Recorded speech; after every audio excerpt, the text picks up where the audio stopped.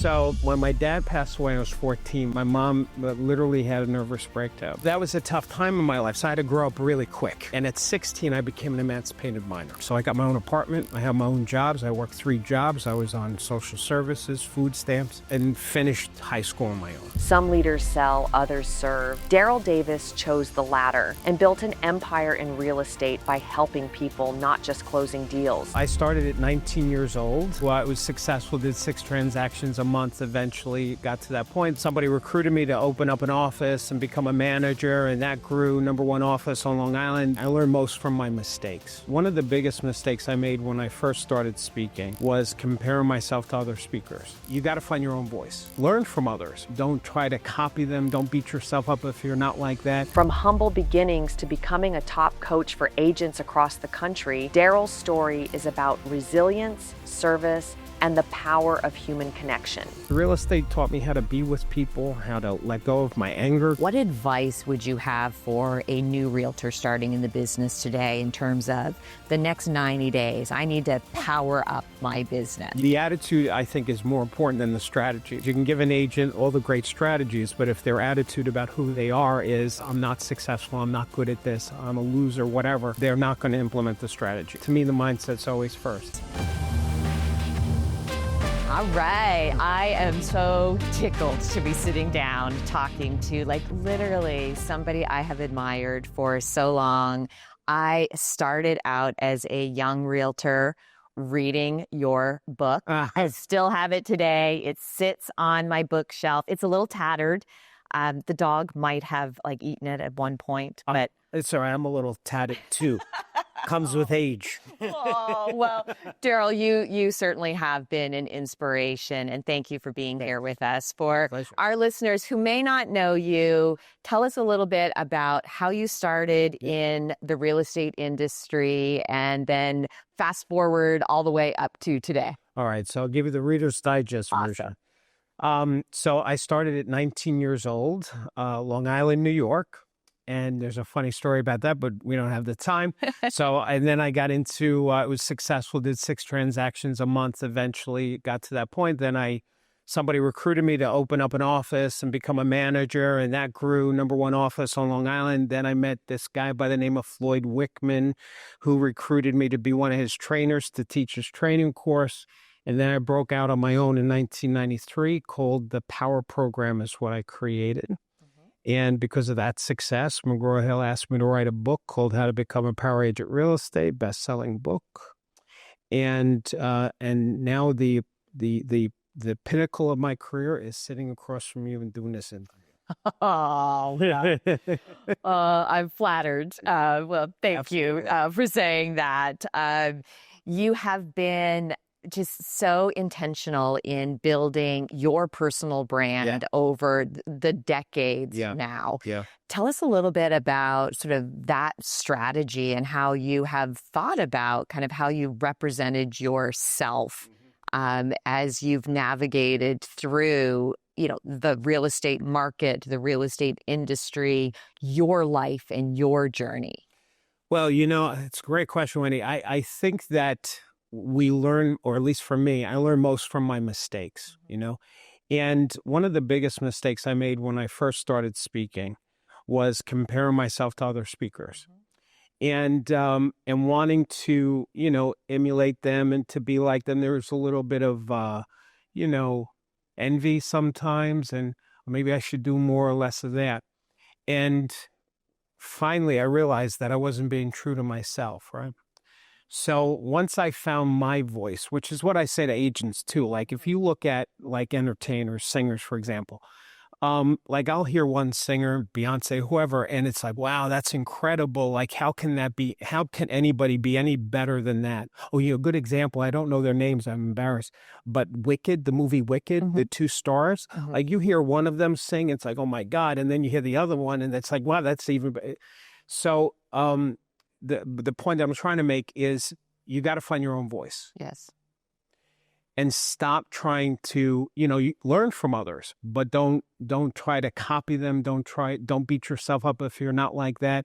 I know there's a lot of agents that they see these social media using social media, especially the younger kids. And people say, well, I got to do that. I don't like video. I don't like doing that. Well, then don't. You don't have to. So you got to find your unique voice. And when I found my voice in real estate, that's when I enjoyed it more as a speaker. I enjoyed it more. I'm more successful. I'm more true to myself. So, yeah. How do you do that? I think it was a process. I think for me, I'll tell you one of the things, and I'm going to be so transparent with you and the EXP agents because I love EXP, a great company, great agents, great leadership. And so I'll share something that I don't think I've only shared once, and that was to my coaching clients. Okay. And that is, I always try to be good at politics with brokers and leaders, and I'm not good at it. I'll make mistakes and then I'll beat myself up about it. So I try to be political. And I finally realized a few years ago that I'm not good at that. And I should stop trying to be good at it. And so when I stopped trying to play the political way with leadership people, and I just focused on who I care about, which is agents. One of my coaching members, they said, Darryl, you speak to the truth of the industry. You don't worry about whether you're going to lose business because of what you're saying. And so when I stopped worrying about doing it the right way, that's when the authentic me showed up. And it connects with my coaching clients. So I love that. So how would you describe your personal brand today? My personal brand is integrity and commitment to agents, period. So that's it. I don't worry about brokers and managers or pissing them off or being in a... Am I allowed to say that? You're allowed to say that. You can say whatever you want. Because there's usually a conflict, sometimes to be politically correct, and I can't be honest and true with my agents. Like I've been very outspoken about NAR and the leadership. And the way I come off sometimes, it sounds like I'm anti-NAR. I'm not. I am so pro-Realtor. Yes. And there needs to be corrections. We need to take back the association and bring it back to its core. And we're still not there yet. And I know we have some people who've been brought on. I won't mention names. I respect those folks, and they're trying. But, NAR is like the Titanic. If you want to turn 90 degrees, you've got to do it like days ago. It takes that long to move the ship. So I know it's going to take some time. But anyway. Yeah. Let's go back to sort of new realtors starting out, because I think that you have always been such a great guide, coach, mentor for that new agent and that sort of blueprint of starting out. What advice would you have for a new realtor starting in the business today in terms of the next 90 days? I need to power up my business. What should I be doing? Well, there's strategies, and then there's the attitude. So I'll address both. The attitude, I think, is more important than the strategy, because you can give an agent all the great strategies, but if their attitude about who they are is, I'm not successful, I'm not good at this, I'm a loser, whatever, they're not going to implement the strategies. So to me, the mindset's always first. And what I've learned in all my years of training new agents is that their biggest problem is they as they're learning in the beginning, they feel more incompetent in the beginning than they might ever have in their life before. And I'll explain what I mean by this. You'll have there's very few realtors that come into this business and it's their first career. They came from somewhere else. And they're probably good at something else. Or they're a good parent, and they have their skill set. And then they come into real estate and they start learning this stuff. And in the beginning, they feel stupider, if that's a word, than before, because they're starting to learn all the things that they don't know that they didn't know. And so they'll take a class and they'll talk to their broker, their mentor, and they feel more incompetent in the beginning, and that frustrates them because they're like, well, I was good here in my life. Why is this so hard? But that's part of the process. So my message to new agents is the very beginning, you have to learn what you have to learn. And once you are clear about that, then you start to master the skill set. The other thing on the attitude is to be kind to yourself and not beat yourself up. The fact that anybody's already licensed in real estate, the state has already said, you're good enough. The fact that you got the license, you're good enough. Now, then there's the skill at mastering it. Now, powering the 90 days, networking, building inventory, speaking to people. I'll share this one strategy that will be a game changer for a lot of people. And that is I call it the inline dialogue. Okay. And what it is that whenever we go to the store, you go to the supermarket, you go to the bakery, the cleaners, and you're online, everybody in that store is going from the store back to their home. Yeah. So they're all leads. Yeah. So what an agent can do when you're in line, you turn to somebody and you say, boy, it's busy here, or say something about the store. Because right now what you both have in common is that store. You're in line. You're in line. Yeah. So if you're at the supermarket and there's a lot, well, it's busy today in the supermarket, or whatever you want to say, the bakery, oh, I love this bakery. And do you come here often? If it's a bakery, do you come here often? What do you like best? And you strike up a conversation about that. And you say, and the agent should say, this is one of my favorite bakeries. And I look for stores to recommend because I'm a realtor. I like to recommend vendors. Yeah. By the way, do you live in the area? They say, oh, yeah. Oh, you do? How long have you lived in the area? And then you start that. They say, well, something I'm doing for the neighbors is I'm offering a market analysis so they know what their house is worth because the market has changed. Mm-hmm. So you turn that conversation into that free CMA. Yes. And I'll tell you, it's a blast. People are getting listings just from doing that. Yes. I tell agents all the time, it really doesn't have to be that difficult. Right. I have my favorite EXP sweatshirt that I wear like every weekend. And your in-line analogy is perfect. Yeah. Because I'll wear it out like doing errands, and every weekend somebody gets into a conversation with me because I'm wearing that sweatshirt. My broker taught me that when I first started real estate. Me too. My mentor, Mac Levy, he said, we were out at a diner. So Mac and Pat, they were the owners of the company. And at the end of the day, we'd always go to this Chinese restaurant. It was like Chinese every night. And one night we were sitting there and he said, Darryl, I said, what? He said, listen. I was listening. He said, you hear that? He says, yeah, they're talking about real estate. He says, yeah, it's always, people are always talking about real estate. Always. And I'll tell you this funny story about the sweatshirt. Yeah. One of my power agents, Gail Gladstone, she's wearing a name tag on her birthday. Her husband was taking her out for the birthday. Mm-hmm. The husband got mad. He was like, honey, come on, it's your birthday. Will you turn it off? Because she's a workaholic, right? So she's got the name tag on. They're at the bar. And please, you got to stop. He said, honey, this is what I do. This long story short, the bartender sees the name tag and says to Gail, he says, are you a realtor? He says, yeah. Oh, well, listen, I'm not just the bartender. I own the restaurant. My wife and I are moving to Florida.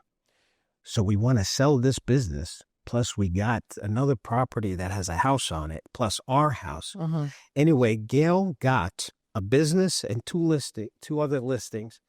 I think it was like $20,000 in commissions. Happy birthday. Because of the name tag. And the punchline of the story is now her husband works for her. So there you go. Wear the name tag. Yeah. Sometimes it's not as difficult as that difficult. Yeah. If you weren't doing what you're doing now, what would you be doing? Well, I'm kind of doing it now a little bit, Wendy, which is, there's a couple of things. So I'm very fortunate that I've gotten this point in my financial life that I can, have hobbies. Yeah.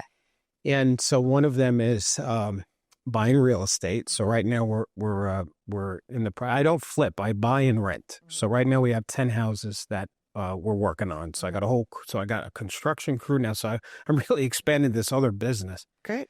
And plus I also invest in movies and Broadway. So Gypsy is one of my shows that I invested in. So that's awesome. So that's what I'm dabbling in. So if I wasn't do it, but I'll always do this because honestly, real estate saved my life. You have a passion. Well, I want to come back to that, but you have a passion for like acting and comedy and I used to be in show business. I've done stand-up comedy. That's where I was asking a leading question because I knew that. You're such a tremendous storyteller. And I think that is like one of your great attributes that comes across in your speaking. Thank you. Yeah. How do you think that ability to storytell impacts, your kind of branding and like your marketing of yourself and what you do? I know there's been a lot lately I've been seeing about storytelling, telling your story, knowing your story. Um, and for me, it's not been the story as much as it's been metaphors and analogies. Okay. And which is what we teach our students. So this is really powerful, what I'm going to say. This should be really valuable for people. Now, with no disrespect to EXP's training, which I don't know what it is, but if it's like most training programs, there's dialogue and scripts. Our coaching doesn't teach that. We're actually anti-scripts. The only time we are pro scripts is the telephone, because it's short and sweet. But when you're on a listing appointment, for example, what we teach is stories, is metaphors and analogies. And so usually that's what you'll hear. You'll hear me tell a metaphor on when you explain MLS, yard sign, lockbox. Every time you do it, you use a metaphor analogy to explain it. And the reason why this is so powerful is you think about motivational speakers that are really good, all right? Like, Les Brown, a friend of mine, Zig Ziglar, a mentor of mine. All they do is stand on stage for 45 minutes and tell you story after story after story, which in a sense is metaphors and analogies. And the reason why, and movies too, movies are nothing but a big story that is not real. Like if you're watching a movie and you see the dog get hit by the car and they die and you cry, that dog's not dead. And it's not, but why are you crying? Because you're connecting with a personal story in your life where you had loss.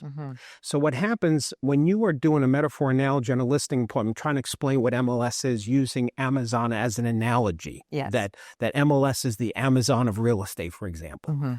People can relate to it so much different because they're emotionally connecting it, because if they bought Amazon, they've used Amazon, they don't just hear what you're saying, they feel it. So we teach agents specific metaphors and analogies when you're trying to explain a point. Now, what's powerful about this is when you hear the metaphor for the first time, you can use it right away on your own without a memorized script, but you're using your own words versus trying to imitate my words. I want to go back to, I said, let's put a pin in that and come back to it. But you said real estate saved my life. Yes. When my dad passed away, I was 14. My mom literally had a nervous breakdown. So, and we didn't have a good relationship to begin with. So it fell upon me to pick out the casket at 14 to negotiate with the funeral parlor. And so that was a tough time in my life. So I had to grow up really quick. And at 16, I became an emancipated minor. Wow. Which meant that I was now considered an adult. So I got my own apartment. I have my own jobs. I worked 3 jobs. I was on social services, food stamps, and finished high school on my own. So, that's kind of screwed up. Like now I look, at the time, I thought it was pretty cool. 14, 16, I got my own place. You were all cool. Your white capizios, everybody was like, Disco Darryl, And in high school, I was the guy, because Darryl had the apartment, Yeah. But I look back now, how screwed up was that? Yeah. That I had to go through that. And so I got into real estate, 19 years old, struggling actor. So I really didn't have any supervision growing up. And so then I met Mac, my broker. And he really became like a second father. And this is where I learned, and I got into real estate. I was struggling financially. I could only afford, I had my apartment. I only could afford 1 suit. And so when I went into the office, I had the suit hanging up, and I call FSBOs and expires. I get an appointment. I put the suit on. Then I go on the appointment. I come back to the office, hang it back up, because I couldn't afford the dry cleaning. Yeah. So I had to have that suit last as much as it could. And so that's it. So that's real estate taught me how to be with people, how to let go of my anger, because I was angry with what happened to me as a child. And so real estate, because listen, losing my dad at 14, emancipated minor at 16, my life could have gone one of 2 ways. All right. So if it wasn't for real estate, it may have gone a different way. Yeah. Yeah. So. Yeah. Wow. Well, thank you for sharing that. That's a powerful story. And choices, right? We all have choices. Yes. Our life is nothing but a series of choices. Yeah. Right? So, every single day. Yeah. Every single day.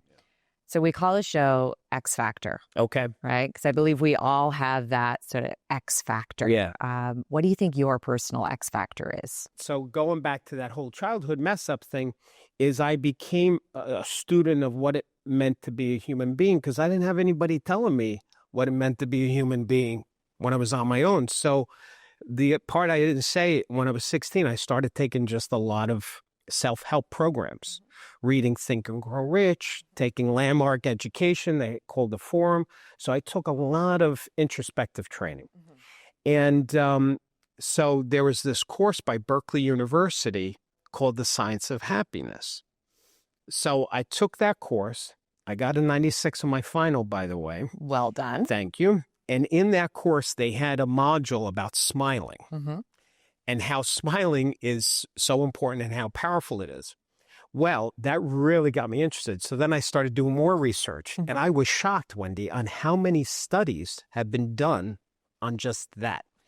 So as you know, I started video blogging like 5 days a week, Monday, Tuesday, for 7 years on smiling. So then McGraw-Hill, because they made so much money on me from the book, How to Become Power Agent, they said, you should write a book on this. So I wrote a book, How to Design a Life Worth Smiling About. And it really is. It's really, when you smile, it's like an antidepressant. Our feelings are nothing but chemicals in the brain. That's all it is. And when our brain is broken, we'll go to the doctors. They'll give us a pill to fix the chemical makeup of your brain, antidepressants. But smiling has the same effect as maybe some of these meds are. So anyway, so that's, yes, I'm into the smile thing. It's very powerful. I love it. I love it. Well, that is like amazing. So like, I think I think we have to end it there. Oh my gosh, I feel like we're just getting started. I know. I think we could talk for hours. Yes, I have a full life. I have a full life. You have a full life. I thank you for the therapy session. This was very... Well, I thank you for joining us, and just keep smiling and keep sharing your passion and your joy with all of us, because we certainly do appreciate all the gifts that you give us and share with us, and the journey that you've been on. Thank you. Thank you.